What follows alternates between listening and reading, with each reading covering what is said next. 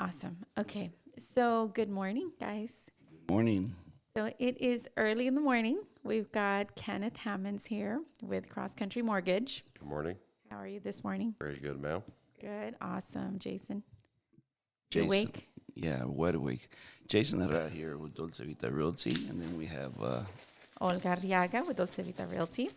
and this is our first podcast, by the way. Yes, it is. And it's an early one. We wanted to make sure to do this early, wake up early and get our juices flowing. So, and it's a Monday today. Is it? It's nice and chilly. So how was y'all's weekend? Ken, anything cool going on this weekend? Or what did you do this weekend? Very low key. Just hang out with the kids and did some shopping and just didn't do much of anything. Very nice. A little bit of work. Preparing for your Christmas. Shopping. That's always an adventure for Shopping. us guys, I think. No comment. Yeah, with you guys with the girls, or you guys like, okay, take my credit card. What do I do right now? Just in general shopping. Yeah, it's kind of crazy. That's very crazy. Well, we had a couple of open houses. Obviously, on this podcast, we're going to talk everything real estate.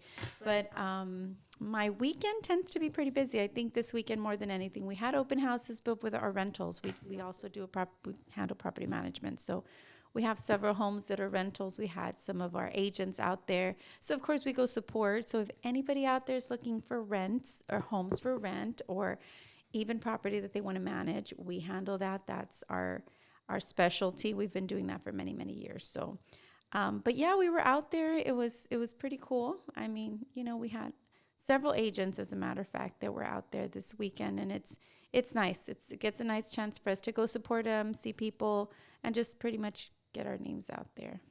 Jason, anything exciting for you?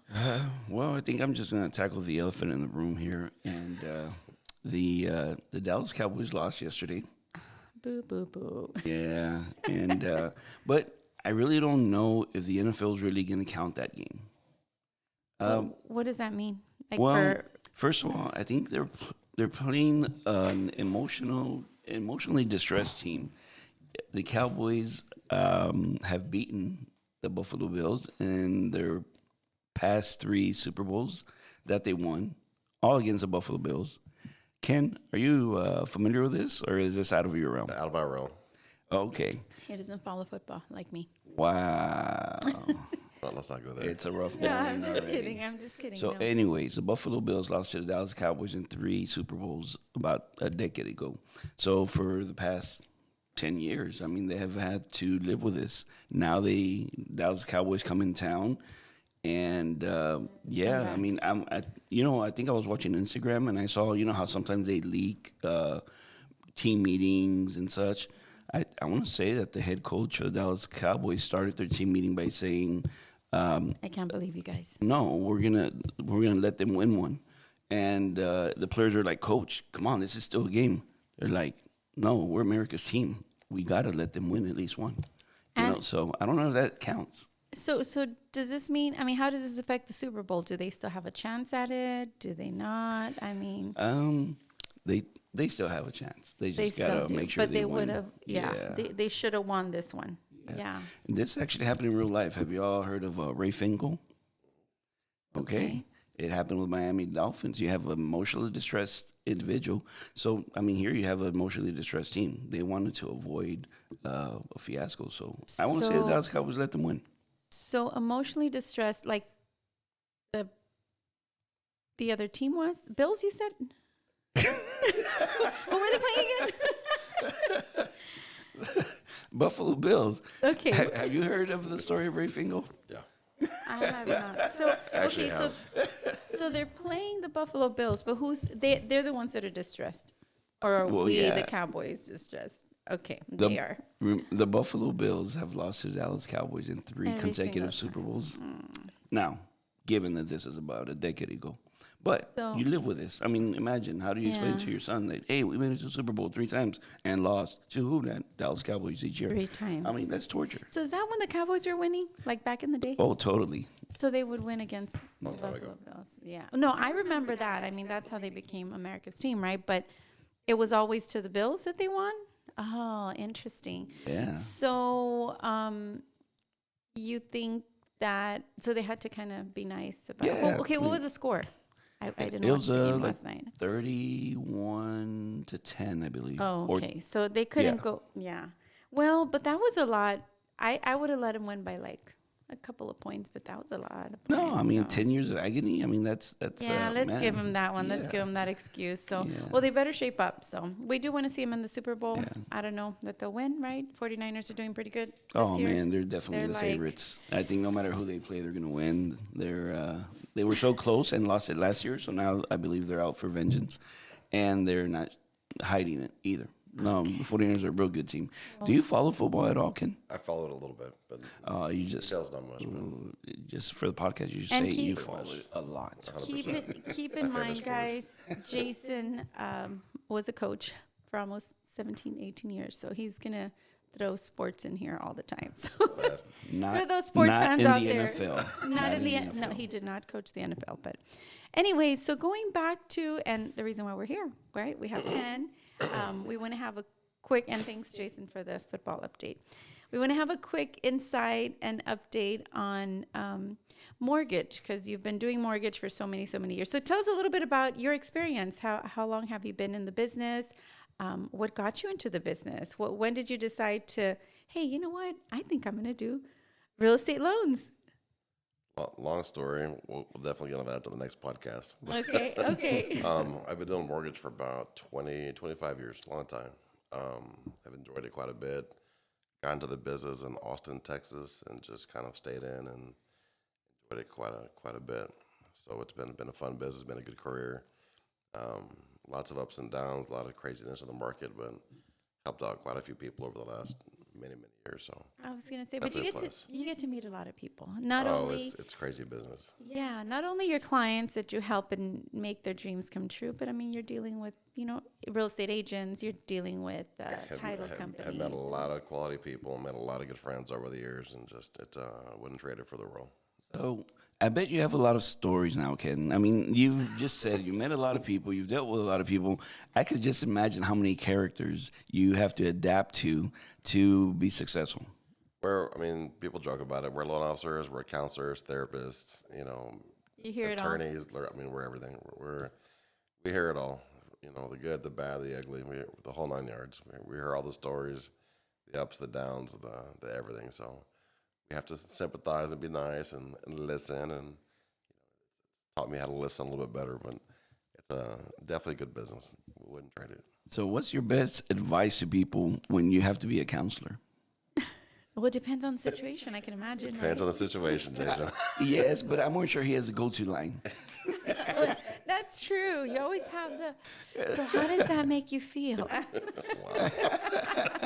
Or is it just like, really? You just smile and say, "Really, Jason?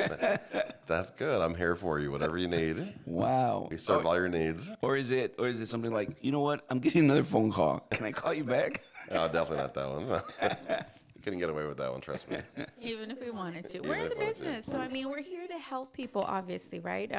Now, a relationship between real estate agents, real estate brokerage, which is what we are, and lenders. And I always tell this to clients. I said, we're a team. We work together. You need to have both. You need a realtor just like you need a lender. Lenders take care of the financing. They're going to be the ones to, give you the money. But as agents, we'll go out there and look for that home, and we work together. We need to see what their buying powers are, and how to get there. So for all of you looking to learn about, okay, what is a mortgage? What is a mortgage loan? What is that home loan? What is an interest? Things like that. So I know right now, and the market's very different from we've seen historical. During pandemic, during COVID-19, historical rates that we hadn't seen in many years. Right before pandemic, we were high 5s, 6s maybe, mid 6s, 6%, something. High 4s, mid 5s. A bit of 5s. So we were still pretty reasonable come pandemic. And what happens to the rates? Tanked. They dropped. Which is a good thing. Tanking, dropping for clients out there is amazing. We hadn't seen anything under 4s in a long time. I had never, in 20 years experience locking a rate in at a 1.875. That was insane. That is crazy, because if you think about it, I go back to clients and even, some of our parents and stuff from back in the day, and they said, we used to be at 16%. I mean, 16% to them was just the norm. So I think we've been a little bit spoiled, I mean, throughout the years, it's come down. So that's what it was. Here comes pandemic. It tanks. It goes very low, which means a lot of buyers out there, which means home values. Demand brings up the prices. And as we know, we had a lot of competition. Prices kept skyrocketing. So we've changed. The market has completely changed from what it was pre-pandemic to now. We're at a whole other level, and the prices will never be the same. So we're kind of past that. Now, post-pandemic, then we had a big hike in the interest rates, right? All of a sudden, we went from the lows, 2s, 3s to started your 6s, your 7s, sometimes your 8s. So sometimes the 8s. I noticed that we did peak into the 8s. So what that did for the market is obviously a lot of people dropped out of it. So can you explain to us how this interest rate affects, when you're doing a regular qualification, somebody that would have qualified for how much with a low interest rate and what that made of it? Let's say somebody stuck right in between. They were house hunting. They were approved for a certain amount. Let's say, I don't know, 250,000, right? With a 3% interest rate. And they're stuck. They didn't find a home because the demand was high. What happened once that interest rate went up?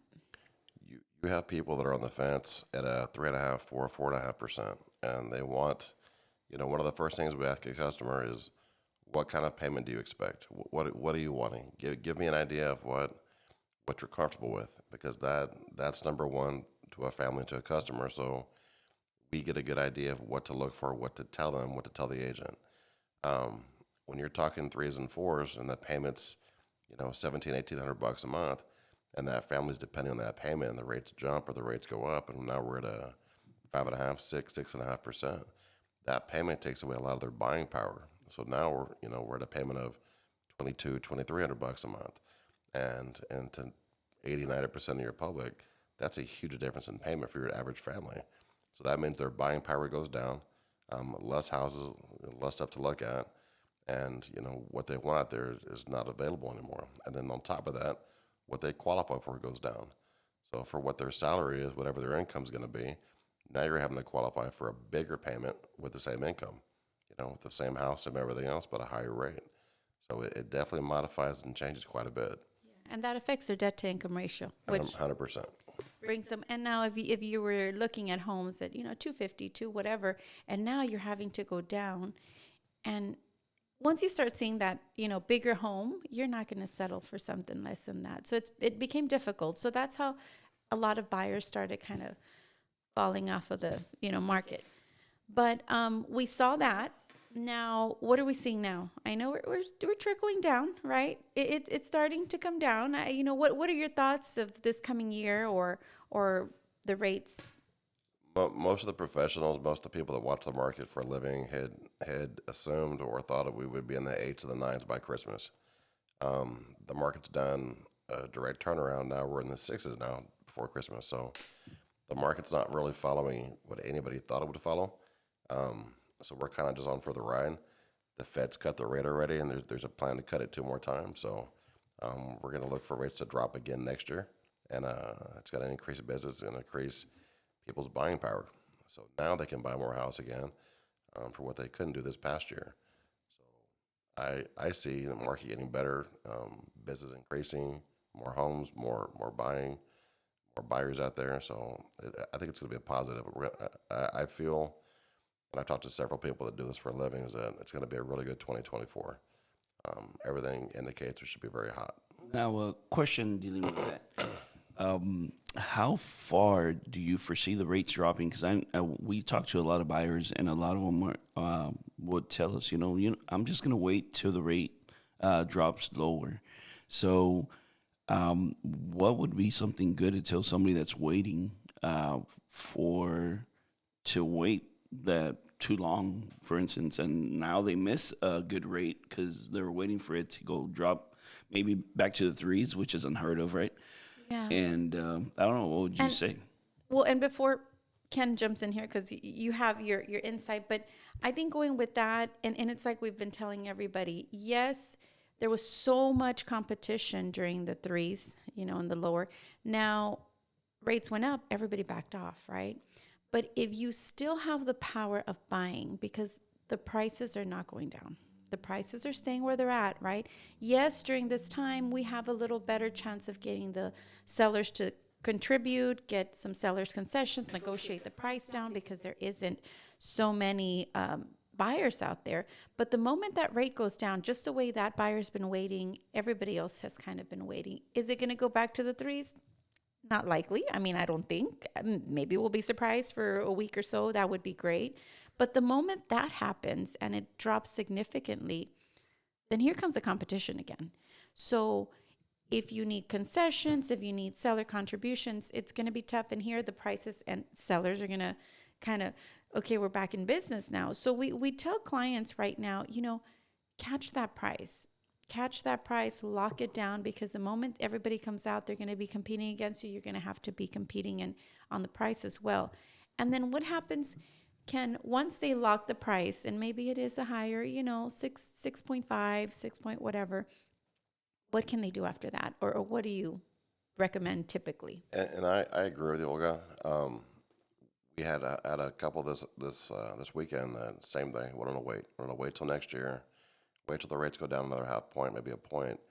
And I spent about an hour with them explaining to them what you just said. It's a balance. So when that rate goes down, maybe another half point, maybe 3/4 of a point. We don't know. Possibly, hit in the high fives. Maybe mid fives by next year, later next year. It's hard to foretell, but it is going to be better. But when those rates drop, like you said, the prices are going to go up. The prices are not going down. I don't foresee, and I'm the lender and you're the realtor, but I don't foresee the prices going down by any means whatsoever. So it's going to be a balance. By the time you wait, you're going to get a better rate and pay more for the same house. So if you're going to buy, it's a very good time to buy and proceed forward. If the rates do drop, you can always refinance the house to get the better rate next time. Yeah, so it's like the famous quote that they have going right now in our real estate realm, which is marry the price, date the rate. That is correct, because that exactly what you said. You could go ahead and buy the home, like Olga was saying. You can negotiate more for the house at this point because there's less buyers. No competition. And then later on, once the rate drops to where it benefits the buyer, you could go ahead and refinance and now get the rate you want at that time. 100%. And there's a lot of lenders are offering options out there to have deep discounts for refinancing, next year. It's just a win-win. It's just not a good time to stall and to wait, because you're going to miss out. You're going to miss out the equity you're going to have by next year. And the one thing that I also, people will ask, well, is it a good time to buy? When is it a good time? When is a better time to buy? And I tell everybody, the best time to buy is when you're ready. Because what are the three things, or what are the things that we need to qualify? This is for first-time home buyers out there, young graduates, anybody that's looking to possibly become a homeowner this year or soon. We're looking at decent credit. Anything over 620, guys, is golden. Yes, we work with a little under that, Ken, and I'm sure you can give us a little insight. But you want to take care of that credit, especially if you're young and you're starting, or even young family. You want to file your taxes, right? Make sure you show that income. And more than anything, start saving. Start saving a little bit of money. But when all those things align and you have your employment history, your taxes filed, your credit is good, and guess what? You have a little bit of money. That's your time to buy. That's when it's the best time to buy, when you're ready, when everything lines up. And my thing, and I've always told this to clients, get out there, sit with the lender, do the application. You need to know where you're at. Where am I at? Do I need a couple more points? And what do a lot of mortgage companies y'all offer? I'm trying to think of if they're at a certain credit score simulator, or there's a lot of options, guys, and that's what I'll piggyback off what you're saying right now. It's get with a professional, get with a seasoned agent, get with a seasoned loan officer. See what you can buy, see what you can't buy. Because I'd say probably 80% of customers we talk to we sit down for the first time when they have no idea what price range to look at, what the payment's going to be, how much is in the bank, how much they need for down payment. They don't know about down payment assistance. There's a bunch of questions they have when they've already picked out a house. And by that point, it's not always too late, but it's good to know the stuff going into the house buying process. Sit And down and get your ducks in a row for sure. a little footnote to add to what both of you are saying here is anybody who is interested or feels they're going to start getting into the market to look for a house, make sure they don't make any big purchases. Avoid buying a car. Avoid going to a furniture store and running up your credit with a bunch of furniture. Avoid buying things for your future house. Wait until you close on your house, then go buy everything you need to buy. So avoid any big purchases so it won't hurt you in your loan process. It's crazy you say that. I've never seen in 25 years of business, Jason, I've never seen, so many $1,000, $1,100, $1,200 car payments in my life. I know the vehicles are getting more expensive, but it's crazy. You go out and buy a car, that $1,000 car payment will throw you off from buying your house. It makes a huge, huge difference. So yeah, that's very good advice. Try to keep your purchases at a minimum, especially if you're going to try to buy. And it goes back to the same thing. Talk to a professional, see where you're going, get the guidance. If you think that you can't qualify, if you think that it's too hard, people hear the word buying a house, mortgage, they get scared. Automatically, I can't afford that. It's too much. There are a ton of different programs, guys, out there that let you get into a house, assistance programs to give you free money, lower rates. There's always a way to figure this out. Just get with the right people, get the right advice, and you should be good. Yeah, and jumping along with that, and yes, there are a lot of people that are scared. Oh, I don't want to deal with taxes. I don't want to deal. You're paying the rents. Once again, we're in property management as well, so we've seen those rents go up this year dramatically, right? Drastically, and they're holding its value too. But what you pay for rent, yeah, it might be a little bit more for your home, but and I tell everybody, and I tell this to my young clients, see it as a savings. It's a savings. You're not throwing away your money. You're putting your money into the equity of your home. 3, 4, 5 years from now, your home's going to be worth more. You've already paid down into it. And then I get them excited. Don't get me talking about investments because I get excited, and we'll talk about that in the next podcast. But there's so much opportunity, different types of loans. But then you own a home, you've been living in it. Maybe you get a raise. Maybe you get, your life changes. Changes happen, and Sure. you get married, and now you have 2 incomes, and maybe both of you are out of college or whatever, or even a race, whatever the situation may be. But you have that opportunity to either refinance, or you finish paying it, or look into possibly investing, right? Because there's other types of loans too. 100%. For investors, multifamily. I know that multifamily was a craze for a while, but there's still the opportunity to do that with different type of loans, right? So do you want to kind of kick in a little one on that? If anybody's looking for multifamily, what is it? What's going on right now with that? Is there any opportunities with loans? Multifamily a lot of people assume if you want to buy a duplex or a fourplex, you have to have, 20% down, 30,000 in the bank, experience. It's absolutely not the truth, guys. You can get into a fourplex and live in one of the units and rent the other units out. You can actually use the other units as income before you even get it done. So you don't have to have any property management experience at all. And we can use that income from the units to help qualify for that fourplex. It's a no-brainer, guys. There are certain guidelines and rules that come along with that, but a lot of clients over the last few years I've put into a fourplex. A lot of students, a lot of people that just want to get in there and be a first-time investor, live in one unit, the other 3 are rented out, and you're a first-time investor, guys. There you go. And you're pretty much living there for free up to a certain extent, right? To a certain extent, your mortgage is being paid for you, and you have a new mortgage. It's amazing. And Go ahead. sorry, just to add, only because you gave the opportunity for a little insert, you don't need to know about property management because you could call Dolce Vita Realty, which we do property management, as Olga was saying. So we will most definitely help you with that. And it's a little opportunity to talk about that. But yes, we do help a lot of our clients who are busy with their day-to-day life. And property management is just something they don't have time for. and really don't have time to deal with, right? So we do handle property management and help clients in that manner, especially if you're buying a multifamily unit. Yeah, and even just inside, you have questions on it. And we do have clients come in. What am I looking out for? What is a P&L? What is a profit and loss? What is income and expenses? What am I looking at? Give us a call. Come in here if you've been considering even maybe getting into investing, a single family home or whatever. That's what we're here for. That's our niche, and that's what we know. So give us a call, stay informed. So just one last thing before we call it a morning.